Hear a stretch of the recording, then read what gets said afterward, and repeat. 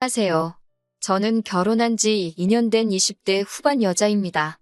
얼마 전 시부 때문에 이혼할 뻔했는데 남편이 더 이상 아버지를 보고 살지 않겠다며 자기를 버리지 말아달라고 하더군요. 이런 이야기가 나오기까지 어떤 사연이 있었는지 들려드릴까 합니다. 저는 너무나 평범한 가정에서 자랐습니다.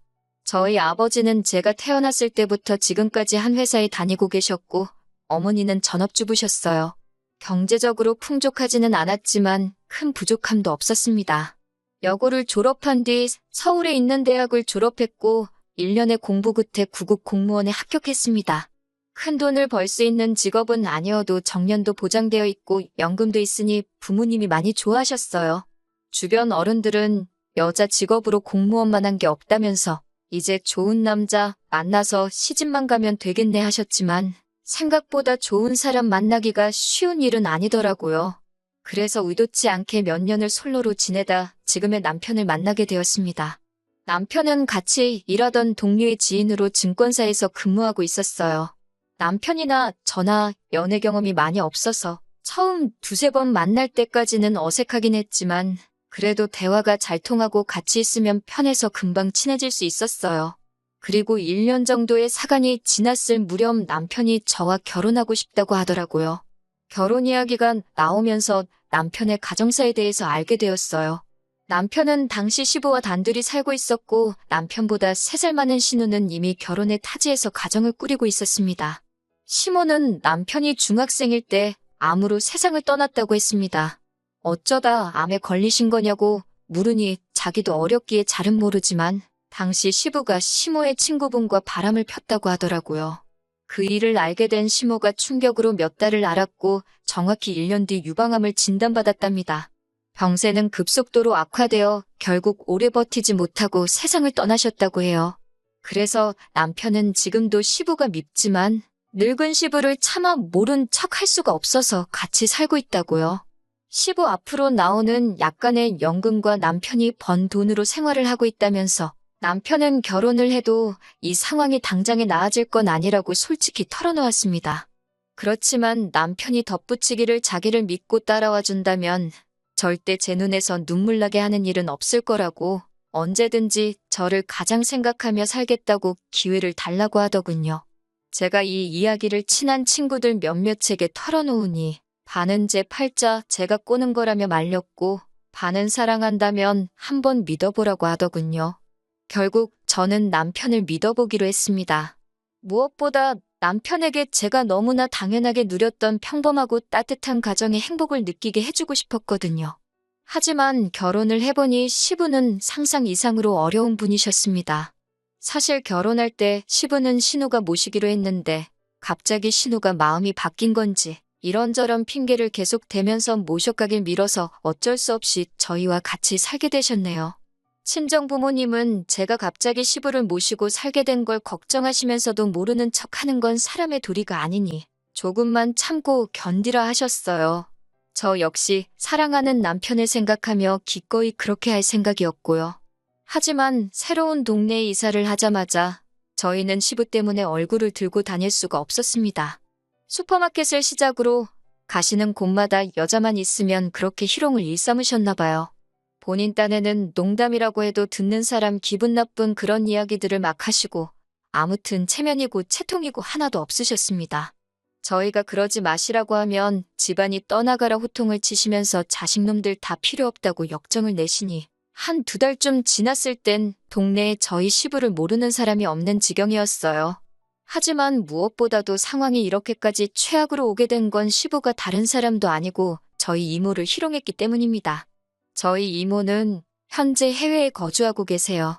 그러다 코로나 때문에 한국에 오지 못하고 계시다 마침내 얼마 전 가족들을 만나러 귀국하셨어요. 그리고 이모는 저랑도 정말 친했기 때문에 제가 어떻게 사는지 궁금하다시면서 저희 집에 오신 일이 있습니다. 평소라면 시부는 없을 시간이었는데 그날따라 시부가 몸이 안 좋다면 집에 계시는 바람에 저희 이모랑 마주치게 되셨어요. 솔직히 시부의 추태에 대해 저나 남편 둘 다 잘 알고 있었기에 걱정이 많았어요. 그런데 웬일인지 시부는 굉장히 신사답고 점잖게 저희 이모를 대하더군요. 그래서 속으로 이상하다 왜 저러시지 싶었는데 다 꿍꿍이가 있었던 거예요. 시부는 이모에게 첫눈에 반했다면서 저에게 한다는 말이, 아니, 너네 엄마도 그렇게 이쁘더니 니네 이모는 더 이쁘네? 이러더라고요. 시부는 저희 부모님을 매번 너네 엄마 너네 아빠 그러고 부르세요. 제가 처음 몇 번 제발 그렇게 부르지 마시라 부탁드리고 남편도 뭐라고 했지만 그럴 때마다 니들이 지금 나를 가르치려 드냐며 듣지를 않으셔서 솔직히 포기한 상태입니다. 아무튼 니네 엄마도 엄청 이뻐서 내가 어떻게 해보고 싶었는데, 아니 더 이쁜 이모를 숨겨놓고 있었네 라고 하시면서 싱글벙글 좋아 난리더군요. 저는 그런 시부를 보는데 솔직히 역겹고 화가 났어요. 제가 제발 예의를 지켜달라고 해도 안 지나서나 니네 이모 생각밖에 안 난다며 저희 이모 불러오라고 난리도 아니더라고요.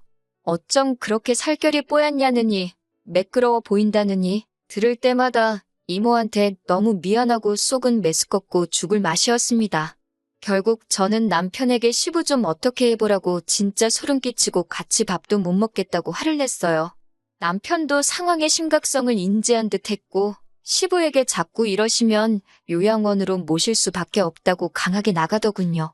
그러자 시부는 너 내가 네 엄마 죽었을 때 나온 사망보험금 다 가지고 있는 거 모르냐면서 돈 받고 싶으면 자기한테 잘하라고 남편을 협박하더라고요. 남편은 그 돈 혼자 다 쓰셔도 되니까 제발 며느리한테 스트레스 주지 마시라고, 그리고 장인 장모님을 비롯해 그 집안 어른들께 신뢰되는 이야기 좀 그만하시라고 맞받아쳤고요.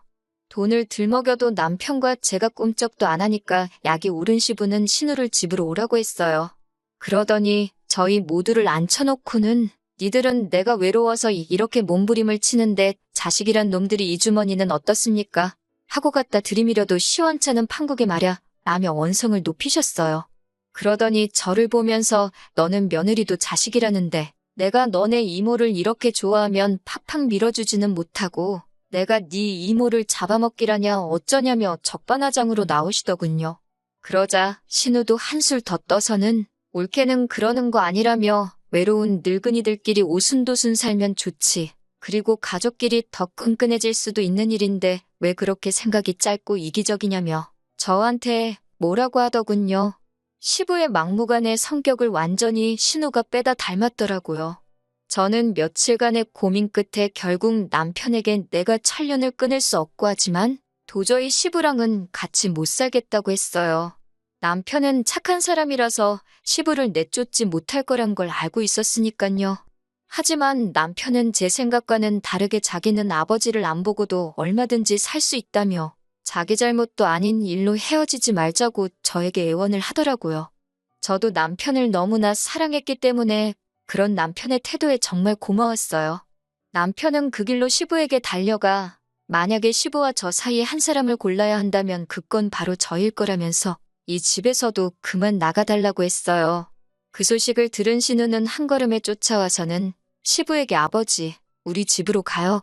내가 모실게요. 이러면서 저희에게는 너네는 진짜 못돼 처먹었다 라고 말하며 막말을 쏟아내고 갔지만 전 솔직히 남편에게 미안한 마음만 들었을 뿐 신우 말에는 아무런 타격도 입지 않았네요.